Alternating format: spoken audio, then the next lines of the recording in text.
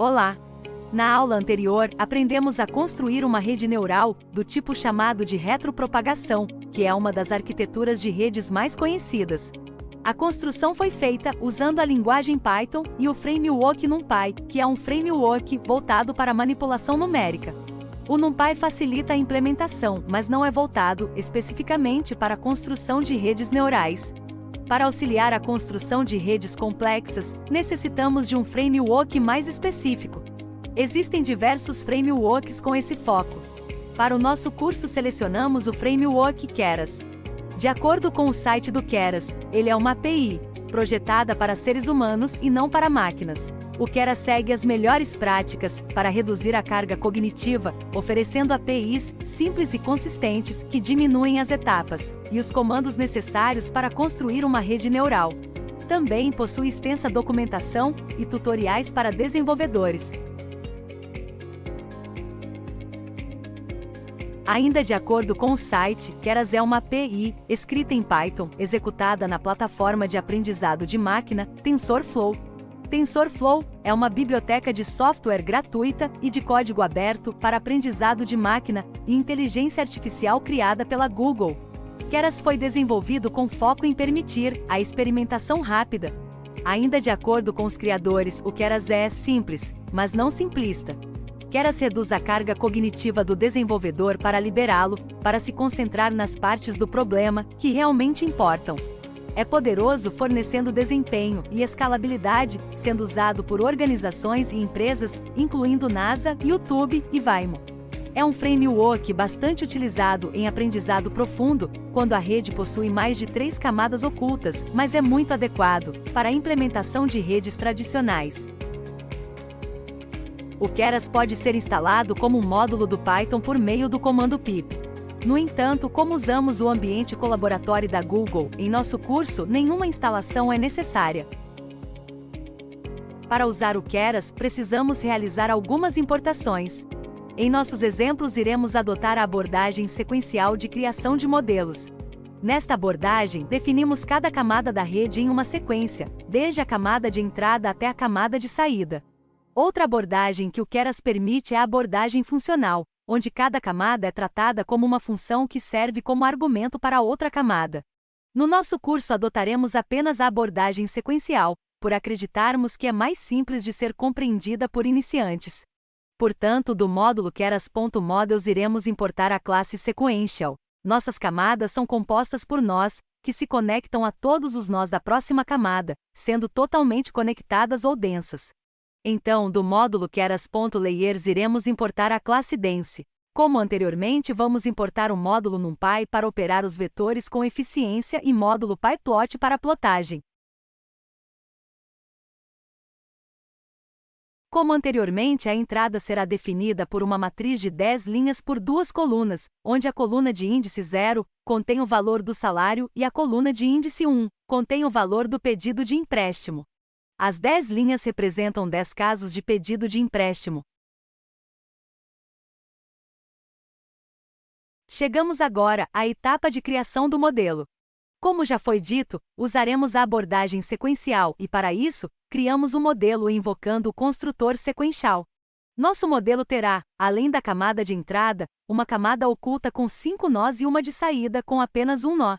Então, a primeira camada especificada é a primeira camada oculta com 5 nós, usando a função de ativação sigmoide.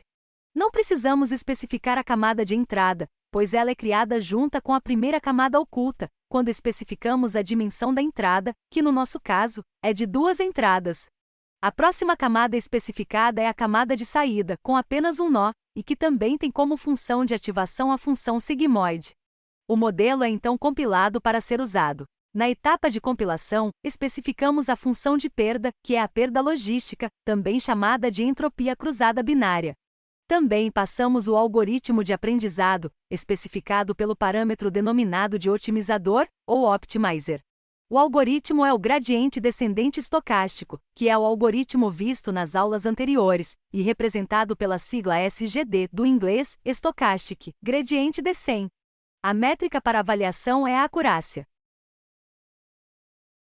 O comando model.summary imprime a estrutura da rede. Podemos ver quantos parâmetros ou pesos a rede possui no total e por camada. Pode-se ver que entre a camada de entrada e a camada oculta temos 15 parâmetros. Isso ocorre porque temos 2 elementos de entrada mais a bias, o que totaliza 3 elementos. Como a camada oculta possui 5 nós, e todos os elementos de entrada se conectam a esses 5 nós, então temos 3 vezes 5 nós, totalizando 15 parâmetros. O mesmo ocorre entre a camada oculta e a camada de saída. Temos 5 nós mais a bias, o que totaliza 6 elementos. Todos os elementos se conectam ao único nó de saída, então temos 6 vezes 1, totalizando 6 parâmetros. Temos então 15 mais 6 parâmetros, totalizando 21 parâmetros. Todos esses pesos serão ajustados, portanto, todos serão treináveis. Estamos prontos então para iniciarmos o treinamento. Ele é realizado por meio da execução do método FIT do modelo criado. Passamos como argumento o conjunto de treinamento e os valores esperados. Passamos também o tamanho do batch, que indica quantos exemplos serão passados por vez, para realizar os ajustes. No caso, apenas um exemplo por vez para cada ajuste. Passamos o número de épocas, que no caso foram 500. E finalmente passamos um indicador do nível de verbosidade, que o treinamento irá imprimir na tela. Nesse caso, o valor foi 0, indicando nenhuma verbosidade. A execução do método retorna dados sobre o histórico de treinamento, que estamos capturando na variável history que iremos utilizar para a plotagem. Após o treinamento, podemos fazer predições. Como este é apenas um exemplo demonstrativo, faremos a previsão sobre o próprio conjunto de treinamento.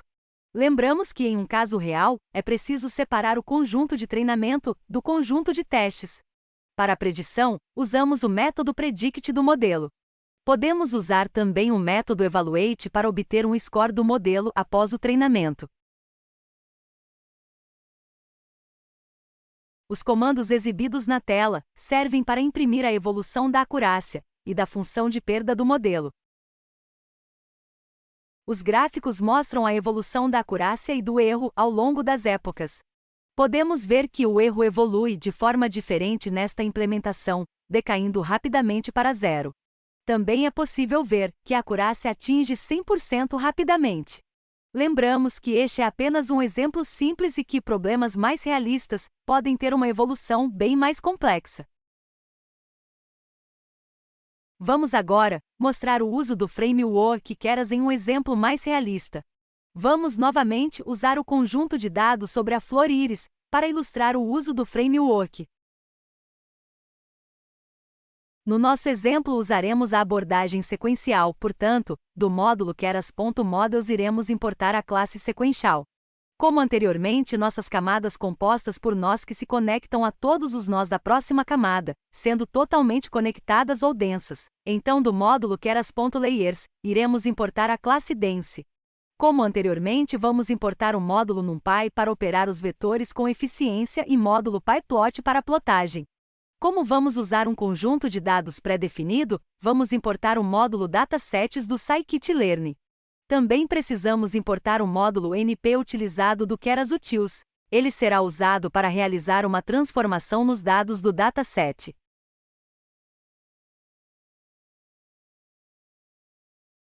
Utilizando o módulo Dataset, vamos carregar o dataset íris. Após carregar o dataset, ele é dividido em um vetor de atributos, ou features de entrada, e um vetor de saída com a classificação. Vamos definir um número fixo para a semente do gerador de números aleatórios, para que a execução se comporte sempre da mesma forma. Iremos utilizar a função permutation do módulo random do NumPy, para embaralharmos os exemplos. Também utilizaremos a função toCategorical do Keras para transformarmos a saída para a forma categórica. Isso significa que cada saída será transformada em um vetor onde terá o valor 1, na posição que corresponde à classe correta, e 0 nas outras posições. A última etapa da preparação de dados é dividir o dataset em conjuntos de treinamento e de teste. Reservamos 60% dos dados para treinamento e 40% para teste.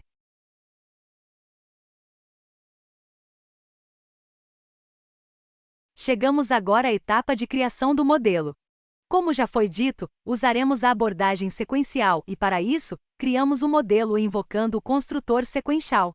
Nosso modelo terá, além da camada de entrada, uma camada oculta com 16 nós, e uma segunda camada oculta com 32 nós. E uma de saída com 3 nós, um para cada classe da flor. Não precisamos especificar a camada de entrada, pois ela é criada junta com a primeira camada oculta, quando especificamos a dimensão da entrada, que no nosso caso, é de 4 entradas. A segunda dimensão da entrada não é especificada, porque indica um número arbitrário de exemplos. A camada de saída com 3 nós tem como função de ativação a função softmax, que é adequada para modelos multiclasses. O modelo é então compilado para ser usado. Na etapa de compilação especificamos a função de perda, que é a entropia cruzada categórica, que é adequada para ser usada com a função de ativação softmax. Também passamos o algoritmo de aprendizado, especificado pelo parâmetro denominado de otimizador, ou optimizer. O algoritmo é o gradiente descendente estocástico. A métrica para avaliação é a acurácia.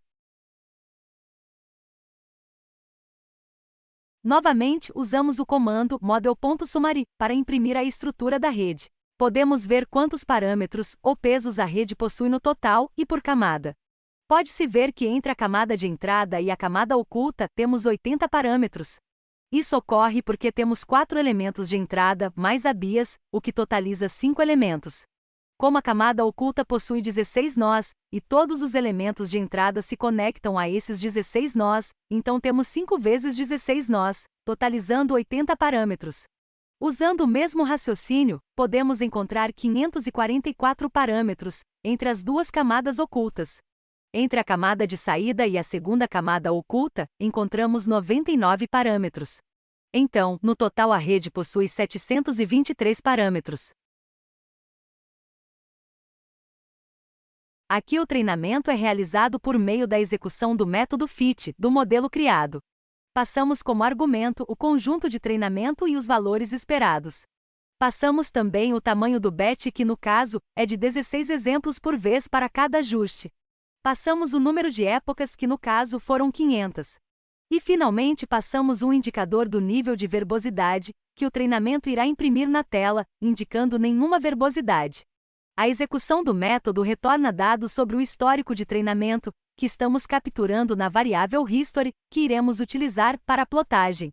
Usamos também o método evaluate para obter um score do modelo após o treinamento. Em nosso teste a acurácia foi de 95%.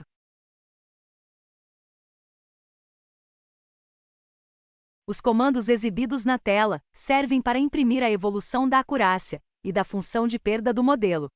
São separados o histórico, tanto do teste quanto da validação. Nesse trecho usamos o matplot para imprimir as curvas da acurácia e da perda. Os gráficos mostram a evolução da acurácia e do erro ao longo das épocas. Os gráficos são exibidos tanto para o conjunto de treinamento em verde, como para o conjunto de teste em vermelho. Podemos ver que o erro evolui decaindo em direção ao zero. Também é possível ver que a acurácia melhora passando 90%. Então chegamos ao final de nossa aula. Nela introduzimos o uso do framework Keras. Na próxima aula abordaremos as questões sobre as decisões de arquitetura das redes neurais e sobre as escolhas dos hiperparâmetros. Até lá!